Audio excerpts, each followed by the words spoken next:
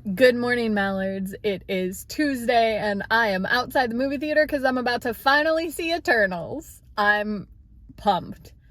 I don't care that it's certified rotten on Rotten Tomatoes because I like the MCU, and I think that I will enjoy this film. I am back home.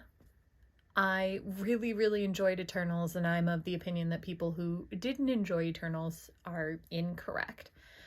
If you actually didn't like it, I would love to have a discussion with you. I'm very curious to know if it was a fundamental misunderstanding of what the film was supposed to be, if you felt like it didn't deliver on the things that you wanted. Like, I'm really curious to hear from somebody about what they thought about this film.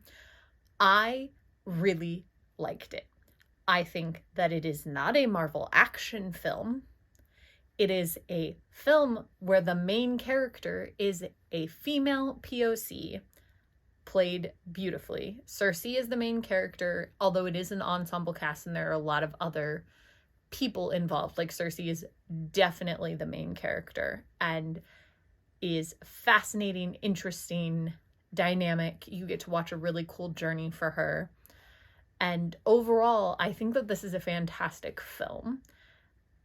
And I do not understand why it has been so, like, critically panned and supposedly, like, not great, because I think that it is a wonderful story of family and friendship and love. And it also, like, deals with a lot of morality issues. And I do understand that it's hard to introduce brand new characters this late in the game, but they're gonna have to introduce new characters. They killed off Iron Man.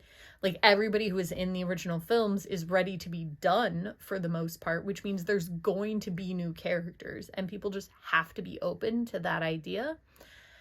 And I think that this was a beautiful introduction of the Eternals. I felt like it explained why they are the way they are, that I was willing to accept why they didn't interfere and why we haven't encountered them previously, because their history with the Earth was finished long before the rest of the MCU began and only restarted now.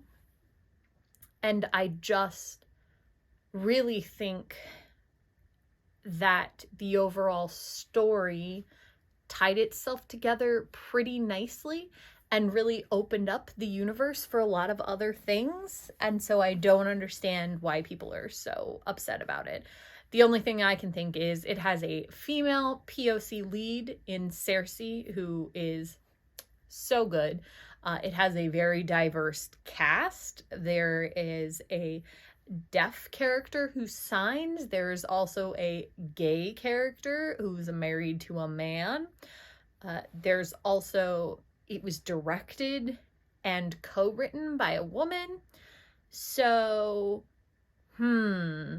I think that if you just dislike this film and we can't have a critical discussion about it, I might think you're a bigot. Just gonna throw that out there. This is going to get deep into spoiler territory, so if you haven't seen the Eternals, please go and then talk to me about it. One of the things that I think this film does beautifully, which I also think that Black Widow did beautifully, was create the dynamics of an actual family. They have slower moments where they are enjoying meals together. That was a big thing in Black Widow. There was like the family meal.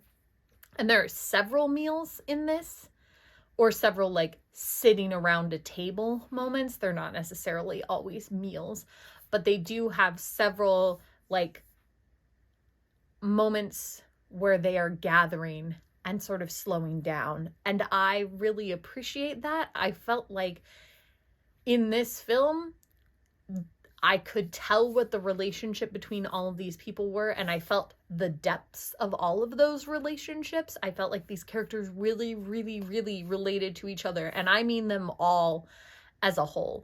Even characters that we didn't see interactions between necessarily all the time, like, I got a dynamic between almost every character and all of the other characters that were a member of the Eternals.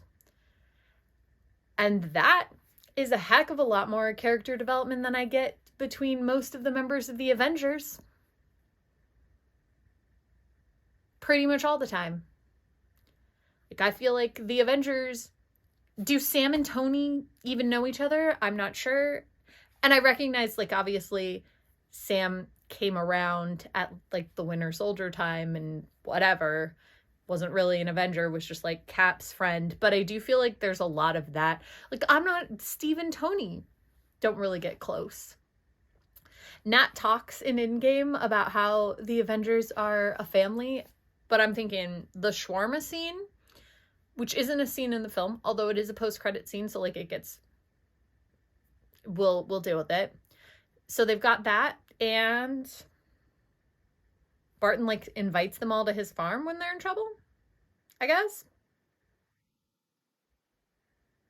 I don't know, they just don't really have that sort of dynamic. Even when I get later into the films, it's not like I get to Infinity War or Endgame and the way that those characters interact with each other suggest the depths of affection that they have for each other. Like, Clint and Nat have some of that, but I don't see that between all of the characters, and they are supposed to have been developed into this found family, and I don't feel like Avengers does a great job of that. Now, Avengers fanfiction does do a great job of that, and I think that the cultural zeitgeist of like melding fanon with canon has created these relationships that didn't necessarily exist on screen but that we believe in. And Eternals doesn't have any of that to draw on because they haven't been in the MCU before, and they do have their comics obviously, but that is wildly different. And I feel like this film gave me an origin story without really having to drag it out, and gave me intense, important relationships in the 2.5 hours. Like, it's a long film. It is, I think, 2 hours and 37 minutes. But in those 2 hours and 37 minutes, I feel like I covered a full arc. And the character development in this is phenomenal. They're individualized, each of them, with not just with their powers, which they all have like individualized powers, but also with who they are essentially as people in a way that I think is really, really, really awesome and interesting. All of these characters were very interesting. I want to know more about basically all of them. I don't need to know more about Icarus. I have him figured out. But I would know more about all of the rest of them and the lives that they lived, and just information about them as a whole.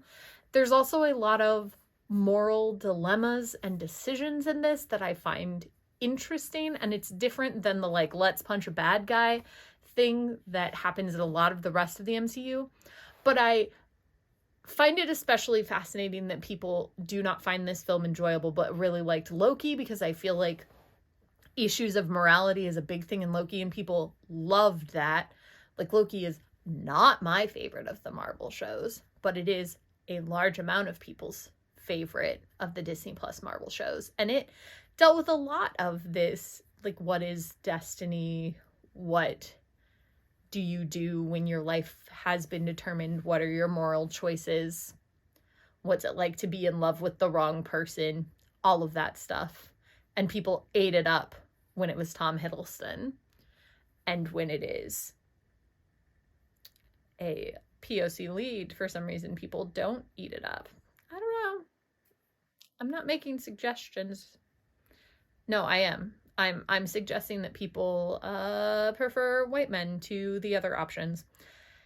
There are some plot moments in here that are a little weird. I feel like when they had to like shoehorn in some larger MCU things, it dragged down a few things, and there are bits of it that run a little bit slow, which I think is partially the type of story that Chloe Zhao likes to tell. So Nomad, which is a fantastic film, is much slower and like builds much slower. and I think she takes a lot of time to build, but I'm not necessarily mad about it. I wish she'd had a little less ground to cover, because I think that I could have delved in more and that would have been fun for me. But I think the establishment of the larger world that they have started to create and expand into with each of the sections in this phase is really cool. And I think that the way that Eternals smoothed everything over was really neat. I do wish that there had been a little bit more endgame, like post-snap aftermath stuff, because I have enjoyed that in the Disney Plus shows, like a little bit of how the world is then. And I don't feel like I got as much of that in this particular film, when I definitely could have, and the snap could have led to a little bit more. But it was really interesting and really intriguing plot-wise. I enjoyed the battle scenes. I liked watching the Eternals really work as a team. And one of the things that I find fascinating about them battling the Deviants is that a lot of them don't have traditionally offensive powers.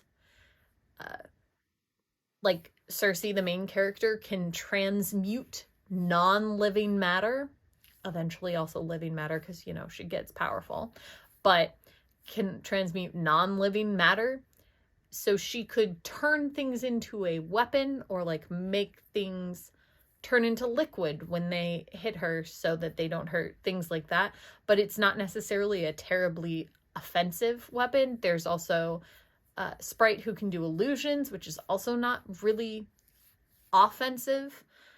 And it's interesting to watch the dynamic. Oh, and Ajax just heals, which is also not offensive.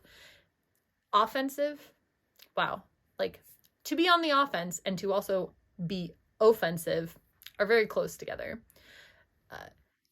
And so it's interesting to see those essentially like non-combat powers be used in combat. And I thought that the scenes of combat were cool and fun. The CGI is questionable at times, but I'm used to that. Doesn't really take me out of it anymore unless it's really bad. And I just liked their dynamics. From start to finish, I thought that the characters were interesting and that it was fun for me to watch them grow and see their little personal touch moments and really enjoy their changes and discovering new things about them as I went along. And the play with history was fun, and the big shots were beautiful and cinematic, and I had a good time. I had a great time in that theater. It was a 2-hour and 37-minute movie, and I had a great time basically the whole time. It had a very predictable twist in the Icarus knew all along that they were here to destroy the planet. Well, not all along, but like had known for a while that they were here to destroy the planet, and he agreed with the old gods and wants to follow the Celestials and goes against everybody. Like, his betrayal, I saw it coming. Sprite being in love with Icarus, also saw that coming. It is the classic stuck in a child's body kind of thing. But there were moments in this film that I did not see coming, and there were sweet moments and heartfelt moments and funny moments, and it wasn't overly quippy. And I think maybe people also didn't like that, because a lot of the Marvel films are very quippy, and obviously I'm a person who likes sarcasm and quip. So I do enjoy a quippy film, but I thought it was okay that this wasn't that. that it was more of an exploration of these characters and less quippy action. And really watching Cersei's journey was so good. And the post-credit scenes are great. I'm intrigued to see how this universe is going to grow. And I really enjoyed Eternals. I'm going to give it 4.5 out of 5 stars. I maybe did not enjoy it as much as Shang-Chi, which I think is my favorite of the current phase of Marvel films. Obviously, there really have only been 3. I loved Black Widow, but there are a lot of things I would change about Black Widow for me personally, to build it differently and to make it more satisfying. I also would change when it came out so that it was released at a time that made more sense. But Shang-Chi was beautiful, magical, incredible from start to finish, just a masterpiece that I loved. And Eternals was a very enjoyable film and a beautiful study of characters.